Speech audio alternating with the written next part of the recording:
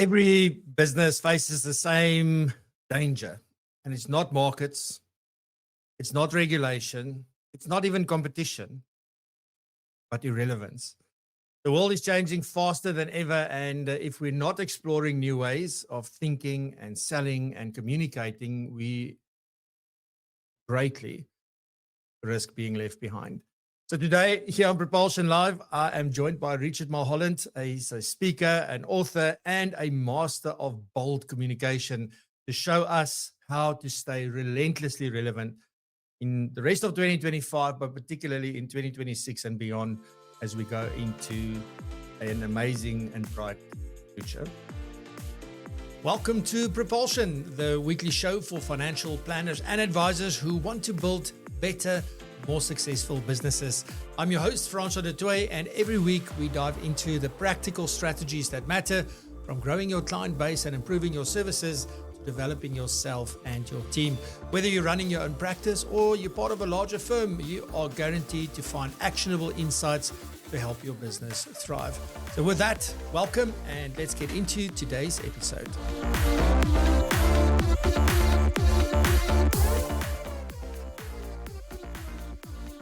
So my guest today is some of the most fascinating journeys that I think you're ever going to hear about. From being a roadie for Iron Maiden to becoming a global speaker, author, and founder of companies like Missing Link and Too Many Robots. Can there be too many robots? I guess so. He's spoken in more than 45 countries, written 4 books, including his latest, Relentless, Relevance, and built a career helping leaders and businesses take the stage and the future seriously. Richard Mulholland, welcome to PROpulsion Live. Hey, Francois. Thanks so much for having me. It's amazing, man. I really love it. And I do feel like my studio is now a little bit like you just that one level up. Like I love the lights and all this stuff. It looks amazing. Anyway, thanks for joining me, Richard. Just for everybody's notice, not that you would know that, but that Richard is an hour like ahead of us. So he was up when it was still dark where he is. So Richard, thank you very much for doing that. I'm an hour behind you. Ahead of you would be easier. That's you see, it's again my Free State brain, man. Like my English and Afrikaans is getting me things. So I've got lots I want to talk about with you today. I'll see how far we get with everything. But today is really a lot around how do we stay relevant, because irrelevance is coming, as you rightly said. But why do you believe? I mean, obviously, this is the book that you released recently called Relentless, Relevance. So if anybody wants to go and get it, you can do that. It says, "Be the threat to the future before the future threatens you." So why do you believe that this is becoming like the single biggest challenge for businesses today? And I think regardless of what industry you find yourself in. So I think irrelevance has always been the challenge to business. I think, when let's start with the definition. For me, relevance is the state of being appropriate to the matter at hand. So the idea is, what is the matter at hand? What is the meaningful problem we're solving? And are you part of the solution to that? Now, my first book is called Legicide. It's up there. It was 10 years, written 10 years to the day before Legicide, before Relentless Relevance. And it was the idea that innovation doesn't happen when you start doing something new. It happens when you stop doing something old. Now, for me, it's a really, really tricky premise that we have or a world that we have to navigate today.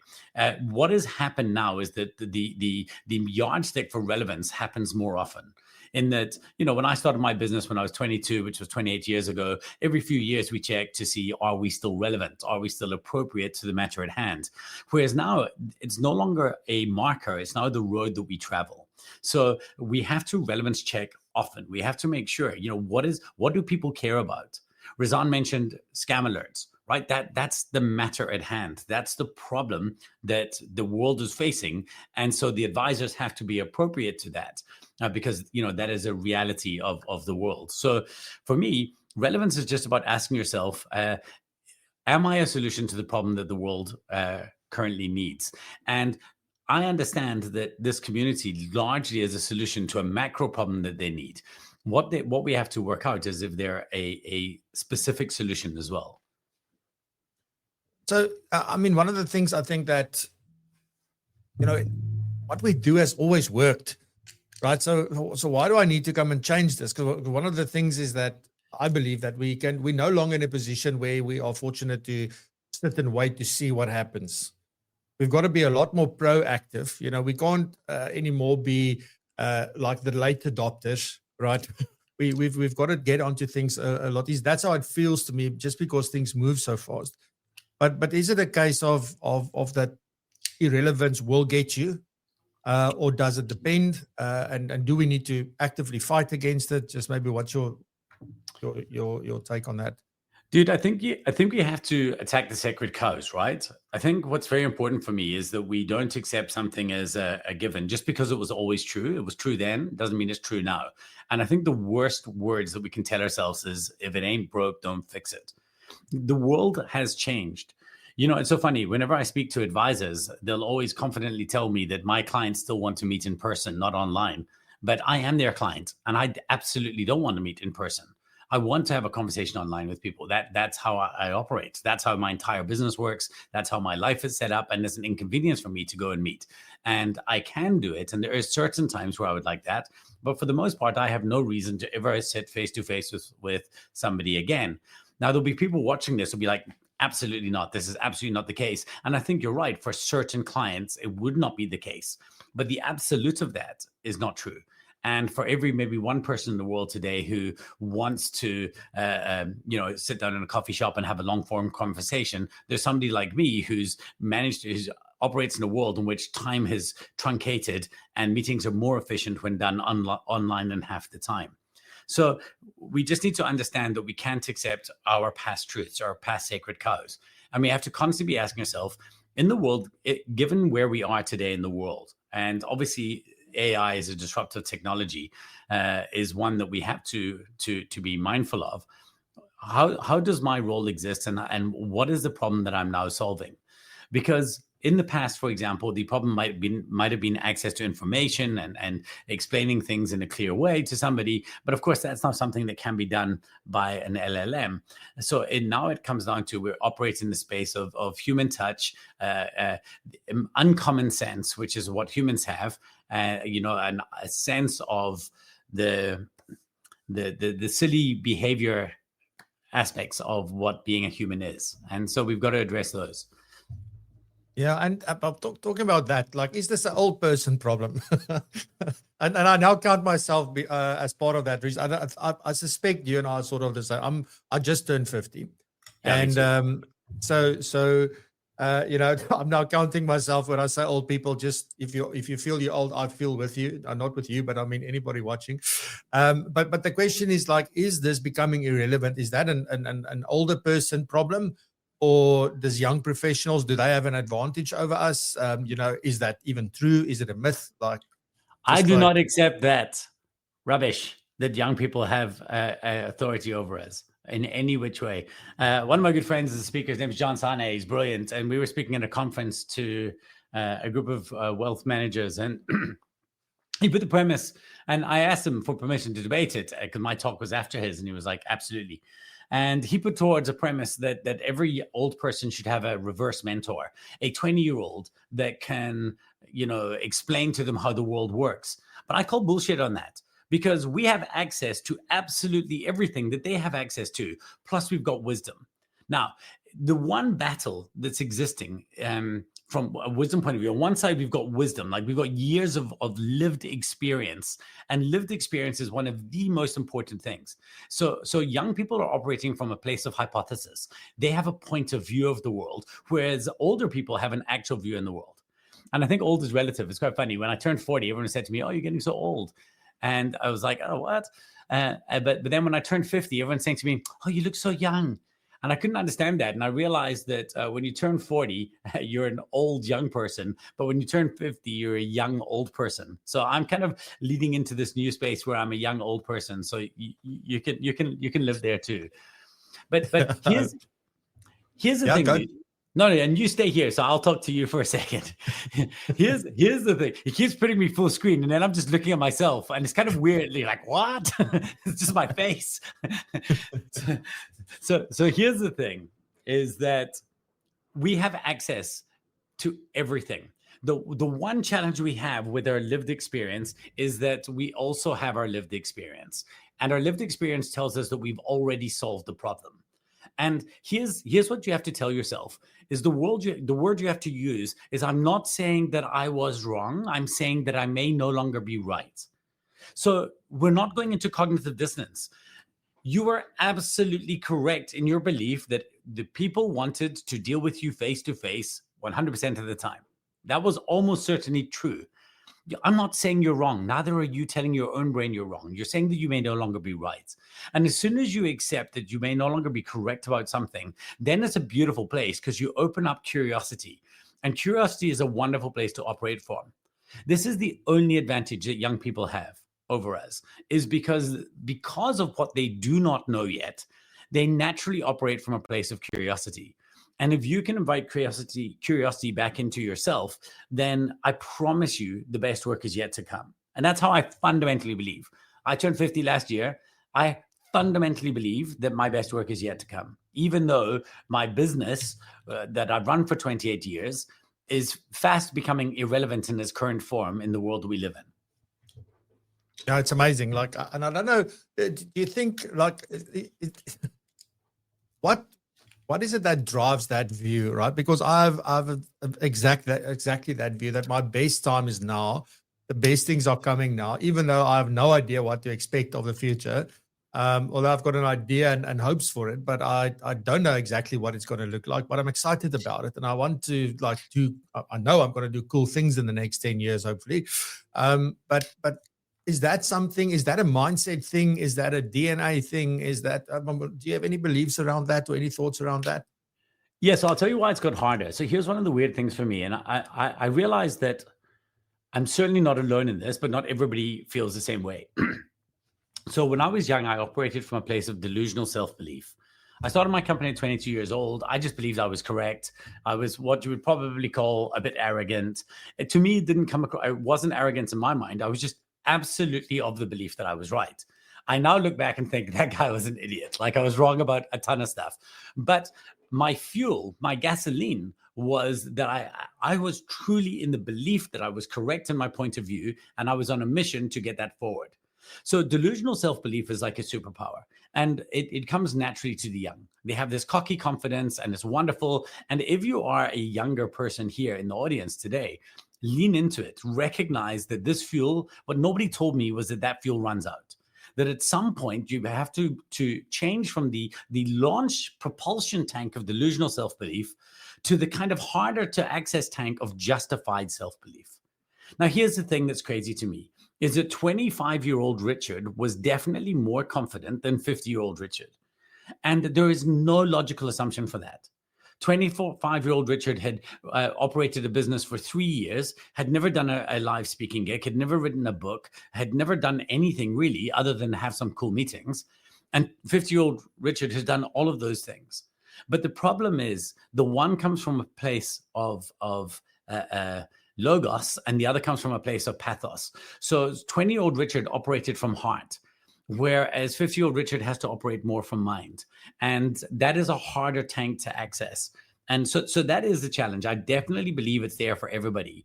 But you actually just have to sit down and say, hey, I've done this, and I figured all of that out from a place of nothing. So just starting with that basis, recognizing that some of what I felt was no longer true, and then building on that, there's absolutely no reason why we should not be better off and more capable in every way than the 20-year-old version of ourselves. Just that's, yeah. I'm almost now lost for words, Richard. Like I'm just processing all of that because I think it makes a ton of sense. And yeah, I can't agree more with that thing. It's just like, I think the interesting part for me is that thing around, like, you know nothing and then you're confident, but now you know, you're almost like you know too much and now you start doubting yourself. But also that difference between coming from or operating from your heart versus from your mind. And I think that's also like probably where some people have a gut feel also about. So you operate a little bit more from emotion than necessarily only from logic. And that gives you the fuel to drive and push on and sort of get to where you want to. Because if you don't, I mean, we will always find a reason not to do something, right? I mean, the signs are always there. Like, it's not like we say, well, you know what? No, here's a perfect opportunity. It's just, I think, if you actively look for reasons not to do it, you'll find it. And if you actively look for things to do it, and for a reason that comes from inside, you'll still go and do it probably, if the risks seems to be okay. Yeah, I think so. I think one of the other things that's quite interesting about this is that when we were younger, we operated from a place of want. So we were very hungry and we wanted lots of things. But actually, as we proceed through our life, we want less. Like, I've achieved a reasonable amount of enough, in that my life is really good. If I won the lottery, I wouldn't buy a different house. I might just, do a few things to it. And so whereas when I was 20, I lived in my first, about 6 months after I started Missing Links, when I was about 23, I bought my first house. It was in Rampart Ridge. It was 45 square meters. I knew I did not want to be a guy with a 45 square meter home. I had very clear sense of what I wanted. And because of that, because I put visual things in front of me, things that I really wanted to achieve, that then I worked towards them. Well, so that's what I've become really intentional about later now as well, is the bucket lists are not for the young. Bucket lists should be for all of us. I have a list of 100 side quests, 100 things I want to do. And some of them maybe seem flippant, and some of them will seem lofty. But the idea is, as long as I am chasing a desire. Sinek talks about life and business as an infinite game. I don't think of that as a nice frame. I like playing lots of small games. I want to be attacking the future, little chunk by chunk, step by step. And I think one of the first things that people should do if they want to unlock some of that ambition is decide on something they want. So my current want is such a silly one. We live in the Isle of Man, and so that gives us very close access to the UK and Scotland, and Scotland, England, Ireland, and Wales. And I want to buy a really bougie camper van, and I want it while my wife's still trying to get her visa sorted for the rest of Europe, so that we can drive around and explore. So now I've decided, okay, this is how much I want to spend on this thing. I can only do that if I make this much money in the business and declare this much of a divvy. But now I've got something to chase for. And it's maybe not as big and lofty a goal as it was before. But if I know I need to make, in order to justify this kind of payment, I need to make 2 million Rand more profit, in order to do it, well, then that's what I have to work towards. And so I think that once we kind of leave a lot of those behind, and then we start operating from needs, as Dan Sullivan says, and I think that's wrong. So let's talk just a little bit about the principles of relentless relevance. I think there are 3 principles that you talk about that you need in order to stay ahead. Which of these do you feel like most advisors and business owners overlook, and why would that be the case? It's certainly not for me to speak for most advisors and business owners. I can tell you what I think they are. And I think individually, people can let them know which one they feel that they're lacking in. And I would argue is that's the place of focus. So the 3 are very, very, very, very simple. The first one I mentioned is curiosity. If you're not curious about the future, if your brain can get interested about the changes that are happening in the world, then that's deeply problematic. So we've got to start with that. The next one is mischief. And we need to be able to, it's the kind of the destructive creativity. And that's what I love about mischief is kind of playful, destructive creativity of the current norms and status quo. Here's the most important thing that I feel about the mischief one is that most people are operating or facing the future from a position of defense. They're acting as the threatened. They're acting as what hackers would refer to as the blue team. That's the group of hackers that try and defend from the outside, from the inside, the other hackers getting in. But they never win. The red team always wins. And the red team is the people who are the threat. And I realized that one of the biggest mindsets is, am I trying to defend the future, or am I the threat to the future? So am I trying to stop and fight against the changes that are happening in the world, which nobody's ever won at? No one has ever stopped progress. And you have to know this. So if you're finding yourself trying to attack progress and stop progress or even slow progress, and I think maybe slowing progress is maybe the most noble of those ends. I think we are moving faster than we're used to, but I also think the genie's out the bottle. And I think that because there are so many different forces operating in this space, the change will happen at the speed that the change will happen, and that change will grow exponentially. And so we need to decide that, am I willing to, the old mind is, the blue team mindset is, how do I defend the status quo that keeps me relevant? The red team is, how do I be a threat to the status quo? How do I threaten my current business model in the pursuit of new ways of working and new ways of thinking?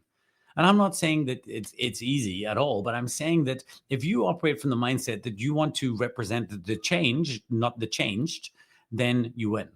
Because I really do believe that human beings don't mind change. Human beings thrive on change. They just don't like being changed. So the only way around that is to say that I'm going to operate from a place of being the threat. And then the third one is very important for that. And I think the third one is maybe if you don't have this one right, I would argue if you don't have all three of them, but if this one, and that is optimism, you have to be optimistic about the future. Now, all data, luckily, so I love two genres. I really enjoy science fiction, but my deep love, especially in fiction, is history. I love history. And the one thing that history has taught us is that human beings are amazing problem-solving machines. So every time the world progresses, the one thing we know is that every generation is better off from a health, wealth, safety point of view than the generation before. Even though that I promise you, if you were looking during the Industrial Revolution, you would have thought that that's absolutely not the case.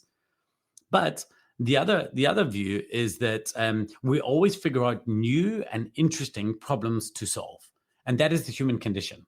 The human condition is, this is where we are at, what's wrong with it, and how can we solve that? And every generation of humans has had to solve more interesting problems than the one before, for the most part. And I think that that's what excites me about the future, is that I am optimistic. I'm cautiously optimistic. I mean, I'm petrified. Don't get me wrong. It's not like I'm like, woo. I am absolutely petrified, but I'm scared and optimistic. And so that means that I'm making, hopefully, the correct moves to change. I'm not trying to burrow and tortoise. And I believe that is the mindset. Cautious optimism is probably one of the most important mindsets we could all adopt today. Yeah, that's amazing. And just maybe quickly, Richard, like if you think about these three principles and I have to apply it on a daily basis, what does that look practically like? How do I start thinking about being, like bringing in some mischief, and how do I be, like, one of my taglines and the one I've been using a lot lately is to stay curious, because I believe that's why I am where I am, because I'm always interested in, like, how does this work and all that kind of stuff. But also curiosity, I guess, means different things to different people. And then also, like, I mean, can I craft optimism if I'm calling myself a realist? Because I mean, that's usually the sort of, it's not that I'm a pessimist, but I'm a realist. And then you've got I'm an optimist. But is there a difference between an optimist and being optimistic? But is there something that you can give us that's a little bit practical in the sense of, how do I start focusing on these, or one of these three principles, if not all of them? Well, let's work backwards, right? So in order to be optimistic, you have to, it depends on what your victory condition is. Now, if your victory condition is, I want to defend the way that I worked, and you must understand the level of arrogance that comes from the position of saying, if the world was 24, if we measured the time scale of the universe at 24 hours, okay, 24 hours, the Earth only appeared at 4 p.m. Okay, mammals were like a couple of hours later. The dinosaurs, life was a couple of hours later. The dinosaurs first appeared at I think it's 8 minutes to midnight. The dinosaurs stayed until 2 minutes to midnight. Okay, and so the dinosaurs were around for 6 minutes in the time scale of 24 hours. At that time scale, human beings have been around 1 second, and our professions, milliseconds. The idea that we believe that in the time scale of a 24-hour universe where we have existed as a species for 1 second, The idea that we believe that even within that 1 second of all of humanity, that our job is the one that we should preserve is nonsensical to me. And you'd have to be coming at it from a position of very, very high arrogance. So it's hard to be optimistic if you're trying to defend a forlorn hope, like a bastion or a castle that no longer feels defendable. However, if you're on the other side, if you're saying, my job, it was never to defend the way that I operate. My job was always to serve my clients in the best way possible for their future security. Then I believe that you've got a lot to be optimistic about. We will need so many new forms of, like, we have not even started to manifest the amount of new, like, let's just, again, this scam alert thing, internet scams was not something that people had to think about 20 years ago. What kind of world will we live in? Imagine a super intelligence exists. We'll need a whole new forms of protection against these things. So there is so much opportunity in the future, but you'll only achieve that opportunity if you start from a position of, I'm not trying to defend the status quo. So start from a position of mischief.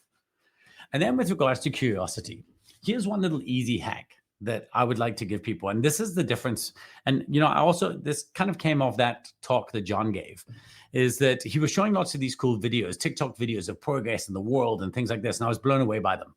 And it was amazing. And he offered these, John's amazing ability is to synthesize those ideas and to explain how they view in the future. But what I realized is that the entire audience and me, we were all like, whoa. And then you sit and you realize, but John, these are all TikTok. Every one of us had access to that corner of the world. So here's what I realized was happening is that, and I would argue that I luckily sit in closer to John in this regard, is that most people's algorithms are decided for them and they present them with information to distract them from reality. So if you open your Instagram and you kind of scroll through your For You page, or you just start scrolling, it's pictures of cats and things and stuff and this, that, and next thing. Now, I'm not suggesting that shouldn't be the case. So you shouldn't have something to distract yourself before you go to bed at night or whatever. However, what if you had a second algorithm? What if you're a TikTok user, you open Instagram, or if you already use both for distraction, you open YouTube, whatever it is. And what if you dedicated one algorithm only to learning to be the expert in your craft? So imagine all you search for, because I think that the one intersection might be advice in your field, and the other intersection might be disruptive technology of the future. And if you had, whenever you opened Instagram, it's cats and music videos or whatever, but whenever you open TikTok, all it is because the algorithm will feed you what you want. And all it is the latest thinking in your industry, in your space, what you're doing. So when you're sitting there guiltily, flicking what people call doom scrolling, it's actually boom scrolling. It's actually your brain firing off these amazing things. But most of us haven't decided to curate the algorithm. We've just let the algorithm curate for us. And so curiosity starts with intent. Every single morning of my life, when I wake up in the morning, this morning, when I woke up at 4:45 included, 4:45 included, I read my 10 minutes of reading. I do my 5 minutes of reflection on Readwise. I journal what my goals and intentions and things like that for the day are. And then, I start from a position of curiosity with every single day. It's the only way to operate. Love it. Thanks for that. We have to talk about AI, right? So I want to ask you about AI. I love it. I use it a lot, which is an understatement. But there are many people who see it as a threat. The other day on Facebook, like within the last week, I saw somebody commenting there was an ad that was running of a AI tool that was built for financial advisors, but that does basically the meeting note taking and a few other bits and pieces as part of that process. The South African advisor then commented on that. Go away with your AI. This is a people-based business, but you can clearly see that he doesn't know what that thing does and where it fits into the process. But that was just like, I think to me it says like, well, I'm like, this is either I might not be saying it, but this is a threat to me. I might be wrong. You also don't, like me, see it as a threat, but how do we reframe our thinking if that's our position that, this is a threat and this isn't good for us and the world is doomed and all of that? What would be, how do you view it and how do we change it? Well, here's the deal, Francois. If you believe that AI is a threat, you're correct. If you believe that AI is an opportunity, you're correct. Decide, pick a lane. That guy, AI is absolutely a threat to him because he sees it as the enemy, therefore he will not embrace it. Right? For me, imagine this. I don't understand. Let me tell you what the difference between AI is. I use a Plod recorder, a small little AI recording device. I'll show you. So this thing here, every time I go into an in-person meeting with anybody, I have this little device. It's called a Plod, PLAUD.ai. Wonderful device. If anybody's considering buying it, hold out for maybe 2 weeks. The Pro version is coming out. I've watched reviews. I don't know if it's worth upgrading, but it's definitely worthwhile getting the Pro. And let me tell you what happens if it comes out, but watch some videos. Is when I sit down in a meeting, instead of me, in the past, this would be a meeting. Hey, Francois, thanks so much. I've got some questions for you and ask you a question about your job. And then you answer me. And I'm like, sorry. Because I'm taking notes. Now imagine every time I'm speaking to you, I'm doing this. Does this add to or remove the human interaction we have? But now imagine that you had a court stenographer. You had a person trained, and that person was sitting and they were listening through a microphone, and they were sitting doing their little typing. And you did not have to make a single note because you knew that that person would give you every note and understand what the key points were, what the key concerns of the client were, reading between the lines of what they said that you might have missed. Because often when one person's speaking, we're trying to form an answer. That means our active process is turned off. We're operating on incidental process. Now, this is never doing that. This is always actively processing. So then what happens is you come away and you've got your meeting notes. You share the select ones with the client, with the key highlights. And when you're speaking to them, you're looking them directly in the eye. You're only engaging with them. How is that a bad thing? How is that not a wonderful tool that separated the distraction of notes and things, allowing me to have a better human interaction with you? Now, if you want to start by saying this is rubbish and you're not thinking about it, if you look at these tools and say, and the only question to ask yourself is very, very easy. How can this tool help me give a better human experience to my customer? Please understand this. AI is not coming for your job. It is coming for your work. It is coming for the work that you're currently doing, and it's trying to do that. Why? So it can free you up to do better, more interesting work. Okay? Your job will still be there, but it will evolve to include different forms of work. You've got to ask yourself, am I holding myself accountable to the work that I do or the problem that I solve, the job that I do? Because your job is to solve the problem. The work is the way you solve it. If you believe that I'm holding myself accountable to the job that I'm doing in the best possible way, then this is the greatest gift. This technology is the greatest gift to your career. Amazing. Richard, to end off, if you were to leave people with a one sentence takeaway, anything, doesn't have to be anything we've spoken about, anything, if there's a one sentence message you want to give the world and the people listening to this, what would that be? Hey, okay, you can bring me full screen again for this one. Okay, hold on. Here you go. Hold on. There you go. You sitting in front of this screen right now, I'm talking to you. You have to believe it. The best is yet to come. Act accordingly. Brilliant stuff. Richard, I really enjoyed it. Your time flew by. Thank you so much for joining us. Thank you very much for everything. There's a ton of questions I still could have asked you. Hopefully we pick the best ones and to leave people with something to go and reflect on and think about and also act upon after this. So massive thank you for getting up a little bit earlier. Thank you very much for getting in your exercises earlier in the week so that you could be here today. All that good stuff. I really appreciate it. If you want to get your book, where do they get the books? You can get it. You can go to getrich.af/books. That will take you to all the places where the books are available. Like that one is on Spotify audio. It's on Google Audio. It's on Apple Audio. It's not on Audible at the moment, but they're all available all over the place. Awesome. And Also Yeah, this one. Here Be Dragons is on Audible as well. We've just been struggling to get Relentless Relevance on Audible. So you can go find me there. And certainly if you have any questions or even want to challenge the notion, hit me up on LinkedIn. And you're welcome to ask me questions there and engage there. Awesome. And if you do buy the book, the one thing I'll ask you to do is tell your friends, share it. It helps. Absolutely. Thank you so much. Really appreciate it, Richard. Have a fantastic weekend and enjoy. I've got a friend in the UK who's also a van person and is also doing that thing. So it sounds like a thing to do. But Thanks, enjoy and thanks again for your time. Anytime. Alrighty. Well, what a morning. I really love that. Hope you did too. Thank you very much for joining us. If you watched the recording, thank you very much. Please remember to share it with everybody. And on that note, we'll be back same time, same place next week. So come and join us then again. And until then, stay safe, be blessed and prosper. Stay curious and continue. Love you lots. Bye-bye. Thanks for joining us on PROpulsion. If you found value in today's episode, then there's plenty more where this came from. You can find all our previous episodes right here on the podcast as well as on our YouTube channel. And talking about the YouTube channel, we go live every single Friday at 8 a.m.